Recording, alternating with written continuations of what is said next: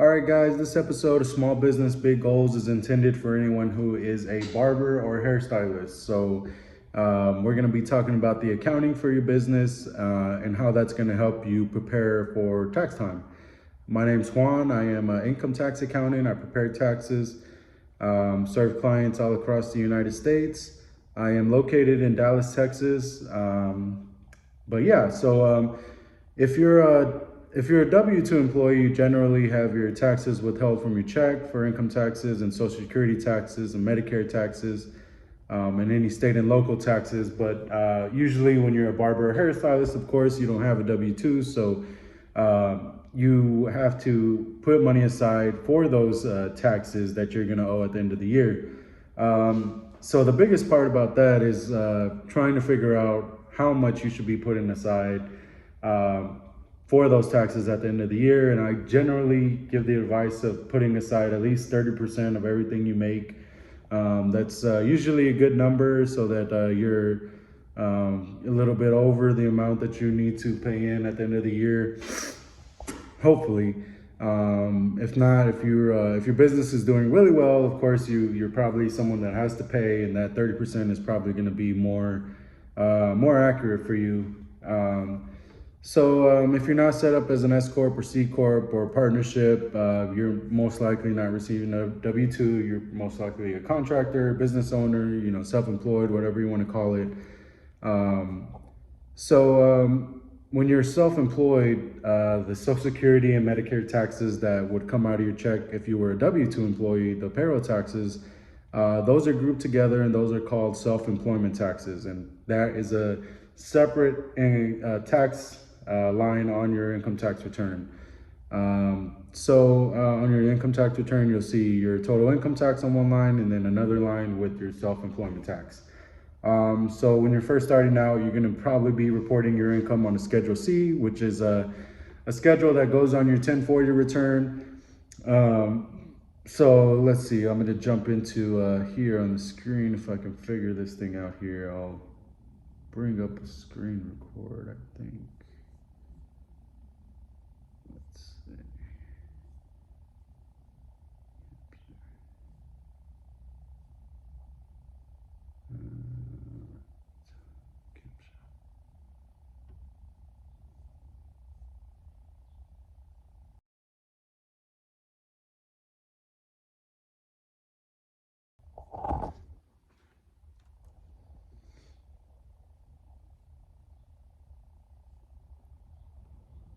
Alrighty, so this is gonna be your Schedule C here. So we'll just go run through this. So this is basically the form all your income and expenses is gonna go on. So part one here, income, gross receipts, basically all of the appointments, all of the income you make from all your appointments is gonna go here. So in the tax software that you're using, or if you're having to prepare your return, you don't have to actually complete this form the way it is. There's every system has its own interface of entering the information to make it more user-friendly, of course. But just to break it down for you, so this is where your income is gonna go. Any returns or allowances, you probably won't have that unless you sell some type of hair product or anything like that, merchandise. Same goes for cost of goods sold. You won't have that, unless you're selling some hair products or anything like that, which is very common as well. So if you did have something like, you sold shampoos or gels or, any kind of equipment, that would be your cost of goods sold here. So advertising expenses are going to be probably anything that you pay for to put your name on. T-shirts, hats, anything you give to your clients with your company name on it, or your barber name on it, or hair salon name on it. Anywhere that you pay, any social media sites or anything like that you pay to have ads on, is going to go there. So here we got car and truck expenses after that. So generally, as a barber, you're not going to be able to deduct the mileage it takes you to get from your house to your barber shop. But anywhere that you go, business related after that, if you have to go pick up, some supplies, during the day after you've gotten to the barbershop, then definitely that mileage is going to count. And we're going to have another video on car and truck expenses because it's a little more complicated. There's something called the standard mileage rate, which you can use to, you basically multiply your business miles times this rate and you get the deduction. Or you can choose to use your actual auto expenses. And there's different stipulations, so definitely check our video out. Check out the video on that, where we go into that a little more in depth. And then, so after that, you got commission and fees. So fees might be something you might pay to be on a booking site or anything like that. Commissions, you might not have that. It's more of a, if you have to pay a commission for, purchasing to a sales agent or anything like that, it's kind of probably uncommon, unless you maybe bought a barber shop or salon building and, you have some commission expenses there. And that would probably be a separate thing anyway. But anyway, so contract labor, if you you pay anyone some money to do a job for you, or maintenance, repairs, anything like that, that would be considered contract labor. And one thing to know about contract labor is that anything paid to anyone over $600 is most likely going to be, you're going to have to send them a 1099 for that. So just keep that in mind. Depletion, you're not going to have that. It's more of a, for any kind of a, like an oil and gas type of thing where they have a well and the well gets depleted over time.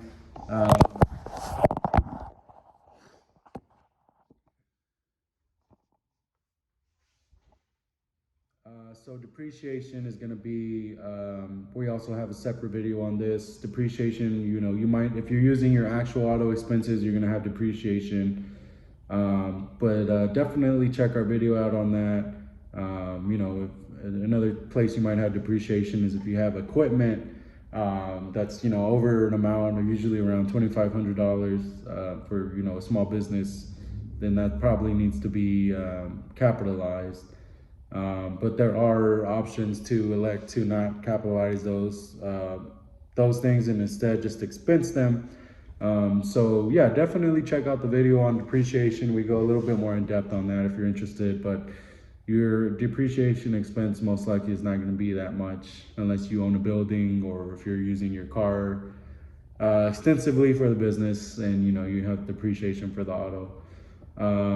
Employee benefit programs are generally, if you have employees and you pay them, pay for a 401k or any health type of plan or anything like that.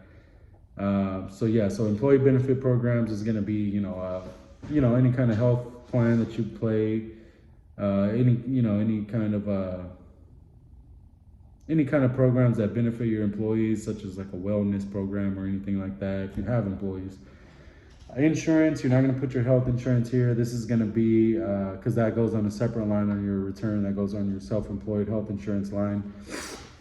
So here, insurance, you're gonna be putting in any kind of, if you have any insurance, for your profession, any kind of liability insurance, you're definitely putting in that here. So interest, that's, you're generally gonna have interest on a credit card. If you have a business credit card and you use that, that's where you might have interest. And then a mortgage, of course, if you own a building and you're paying interest on it, you're gonna put it here in the mortgage section. Legal and professional is gonna be any accounting or legal related services. So definitely your tax prep fees are deductible here. Office expense is going to be anything that you need, such as office supplies like printer paper, printer ink, if you do any kind of receipt printing, things like that. Of course, you might need pens and pencils and papers to write notes and things like that. So those would all be considered, office expenses. Pension and profit sharing, that's going to be your 401k plans if you have employees. Rent or lease, this is going to be where you can put your booth rental fee that you have to pay, or any rent. If you rent a building, you'll put your rent expense here. as well as if you rent any machinery or equipment, which you may, that's what you'll put there. So repairs and maintenance are going to be anything that any fixes you have to do to your building or your small equipment, that you're coming out of pocket for if you're renting a building. And maintenance can be any kind of cleaning things, any kind of companies you pay to provide a cleaning service, or maybe a pest control service as well. Supplies, you definitely want to pay attention here, because you can definitely come up with a lot of supplies that you have in a barber salon, a barber shop, or a barber salon.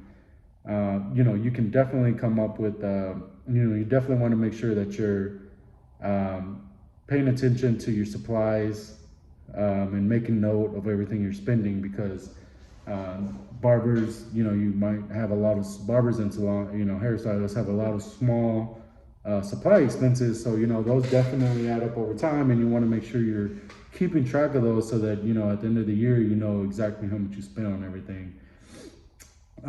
So taxes and licenses, if your barber license, your hair, cosmetology license, anything like that, hairstylist license, the fee for renewal or fee for, your first setup is going to go here. Any taxes you have to pay related to the business. So also, let's see, you got travel. So if you have to do any traveling to maybe a barber conference or anything like that, definitely check out our video on travel expenses, what's deductible, what's not deductible, to get an idea of that, because you also have meals, and there's also a certain stipulations for deducting meals as well. So definitely check our other video out for that.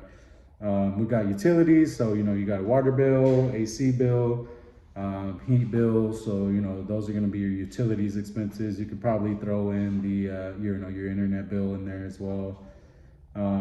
Wages, these are going to be anything you pay out to employees.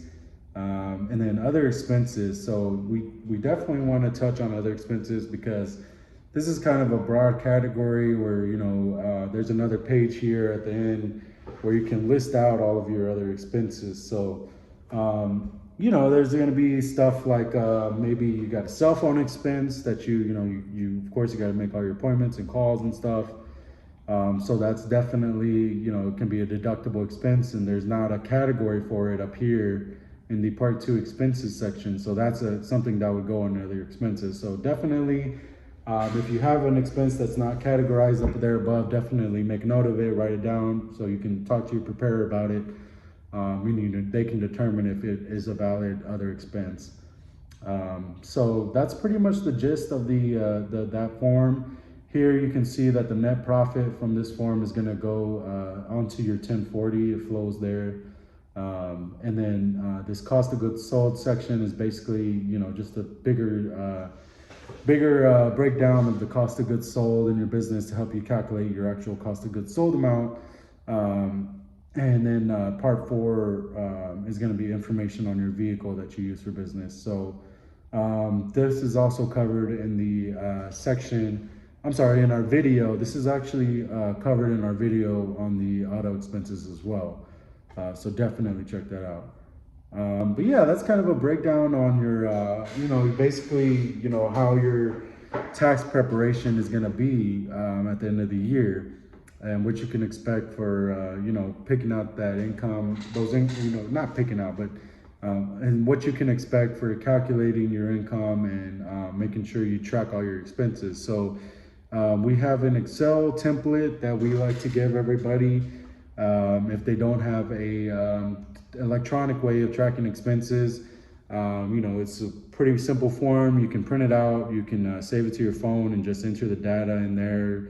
You always want to save your receipts, of course, but you want to be documenting your amounts, so that on one paper, so you can add them all up and just have a ledger of all your expenses. Hopefully you'll have a business checking account where you only use the account for business related purposes. So all your income goes there, all your expenses come out of that account, and nothing else nothing else takes place in that account if it's not business related. So that's definitely the best way to do it, because you can pick your statements, or you can actually download your data from your bank account straight to a program like QuickBooks, and those transactions get categorized, and it's a lot easier to keep track of your expenses and income that way. So, but definitely, if you don't have, the means to be, have a digital software where where you keep track of your bookkeeping, definitely at least keep track of it on paper. Maybe buy a planner that is just empty lines, and write everything down there. So at the end of the year, you can at least just turn back to that, add everything up. Um, and we do free consultations at Elmwood Income Tax and Bookkeeping. So if you're interested in a consultation, we can do a consultation through Teams or Zoom or in person if you're located in the DFW area. If a lot of people still haven't done their taxes, probably. You might have extended waiting for the late filing deadline, trying to get everything in order. I know how it is. So yeah, so just contact us by email, phone, text message, DM. We're always available. So looking forward to hearing from everybody soon.